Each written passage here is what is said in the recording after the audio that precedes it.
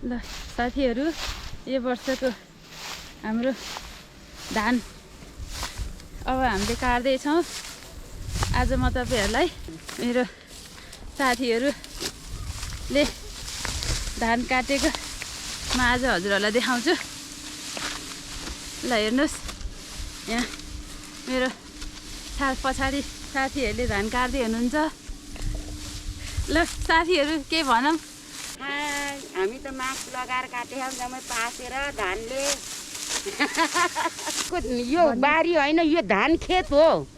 यहाँ हिउँदे खेती पनि हुन्छ, बर्खे खेती पनि हुन्छ, 3 खेती हुन्छ। र ल हजुर एकदम म छु यहाँ, हजुरले सेयर गरिदिनु होला एकदम। ल अरू साथीहरू चिया खाने बेला हुँदैछ। ल चिया खाने बेला समय अब हाम्रो यति बेला ठ्याक्कै भएको। अब खेतालाहरूलाई भोक पनि लाग्यो, बिचरा चिया खाने बेला भयो। साथीहरूले पछि फेरि अर्को भोक लाग्ने बेला हुन्छ, बिस्कुट खानु लाग्छ। चिया र बिस्कुट खानु पर्यो, धान काट्दा काट्दा भोक लाग्यो। अब म तपाईँहरूलाई आज धान काटेपछि पछिको अब खाजा खाने बेला त अहिले भएकै छैन। ल भाइ, यी हामीले यस्तो लिएर खान्छौँ नि हजुर हो। यस्तो हजुरहरूले खानुहुन्छ खानुहुन्न भन्नुहोस्। हामी त यी बिस्कुट, यी यहाँ चिया बिस्कुट, यी धानको बाला चेस यस्तो गरेर खान्छौँ। धान काट्दा काट्दै साथीभाइ मिलेर बसेर खाँदाको रमाइलो हजुरहरूलाई धन्यवाद। ल हेर्नुहोस्, हाम्रो अहिलेसम्म काटेको धान हामीले यति नै हो। अब साथीहरूको धान कटाइ। ल हेर्नुहोस्, हाम्रोतिर धान यसरी काटिन्छ। आज धान काटियो, अब हामीले 2 दिन धान सुकाउँछौँ। त्यसपछि हामीले कुन्ये लगाउँछौँ। कुन्ये लगाएपछि 1-2 हप्तापछि हाम्रो दाई हुन्छ। साथीहरूले अर्को बारीमा काट्दै हुनुहुन्छ। ल भन मेरो साथीहरू, कस्तो भइराखेको छ धान कटाइ? यो सालको अब हाम्रो अन्तिम धान कटाइ हो आज। अब मरेन भने बाँच्यो भने आगम, मऱ्यो भने यही हो अन्तिम, होइन? मऱ्यो भने सित्यो गयो, ल मरेन भने फेरि आगम। हाम्रो अहिलेको धान एकदम राम्रो भएको छ। अहिले बर्खामा पानी राम्रो भएको हुनाले अहिलेको हाम्रो धानबारी एकदम राम्रो। तपाईँहरूले यो धान साथसाथै यो इत्लामा देख्नुभएको यो मासहरू पनि हो। ल हाम्रो खाजा खाने बेला भयो। अब धान काट्ने साथीहरूलाई भोक लाग्यो। आज हाम्रो खेतालाहरूको एकदम मनपर्ने मिठो ल हाई, आज हामीले चाउमिन खाँदैछौँ। यहाँ कान्छी बुहारीको मेला आएको खेतमा धान काट्न। पैसा नसान्छ टिकी ट्यास भन्न।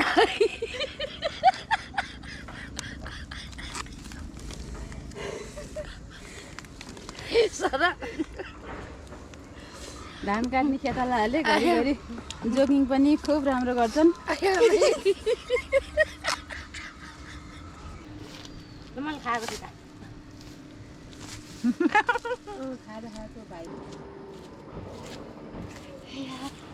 साथीहरू, अस्ति हामीले हजुरलाई मैले यो धान काटेको, हाम्रो खेतको धान काटेको भिडियो खिचेको थिएँ। आज हामीले यो धान 2 दिन सुकाएर अब यो धान हामीले बिटा उठाएका छौँ। आजै निन उठाएका छौँ। यो निन उठाएको अब हामीले आज कुन्यो हाल्छौँ।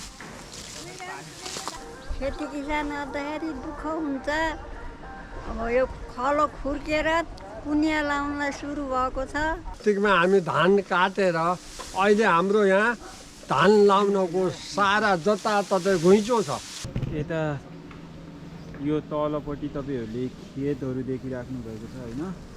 हामीले केही दिन अगाडि यो धान काटेर सुकाउन छोडेका थियौँ होइन। लगभग 3 दिन जति यो धानलाई काटेर सुकाउन छोड्यो र मौसम त्यति सफा छैन होइन, घाम नलागेको हुनाले अलि धेरै दिन नै धानलाई सुकाउनु पर्यो।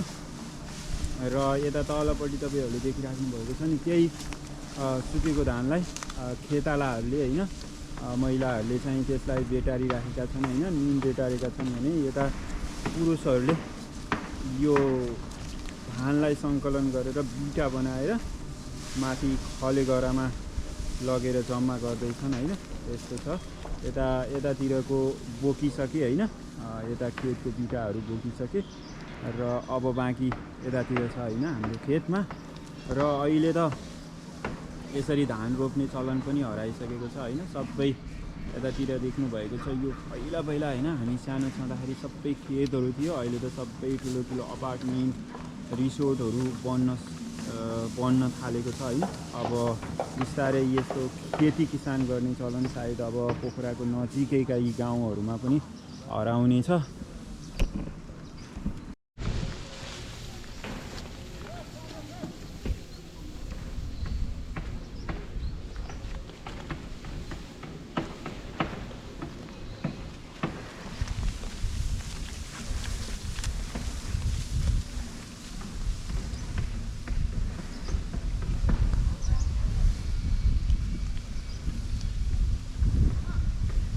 खेतबाट बिटा बोक्ने मान्छेहरूले होइन, केटाहरूले चाहिँ यसरी, छोरा मान्छेहरूले चाहिँ यसरी बिटाहरू लिएर आउँछन्। अनि त्यो बिटा चाहिँ यो धानको कुनियोमा यसरी वरिपरि बनाएर गोलो बनाएर लगाइन्छ होइन। अनि एकजना यहाँ देखिराख्नु भएको छ, एकजनाले चाहिँ यो कुनियो मात्र मिलाउने काम हुन्छ। ल हेर्नु, अब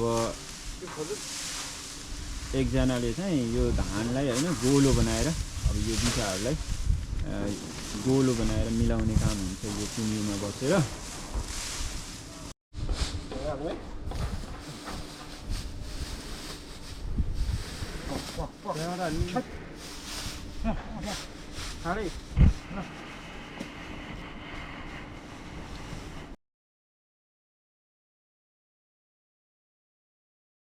ल फाइनली यस वर्षको हाम्रो धानको कुनियो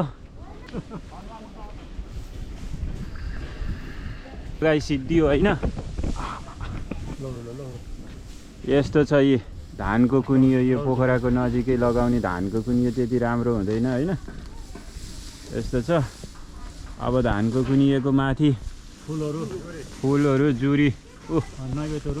जुरीहरू राख्दैछन् उहाँ माथि कुनियोमा बस्ने सबैभन्दा ठुलो मान्छेले होइन, यस्तो छ त। ल अब यो धान केही समय होइन, यो धानको कुनियोलाई यहीँ धान सिद्धिन दिनुपर्छ। अनि केही समयपछि फेरि यसलाई दाइँ हाल्ने होइन। यो तलपट्टि यो खलेगर हो, हामीले यो एउटा सानो कुनियो, अनि यतापट्टिको ऊ ठुलो कुनियो, ऊ सुन्तला फुल हालेर कुनियोलाई सजाउँदैछन्। ल अनि यतापट्टि चाहिँ बिटा बोक्ने मान्छे थाकेर स्याँ गरेर बसेको छ।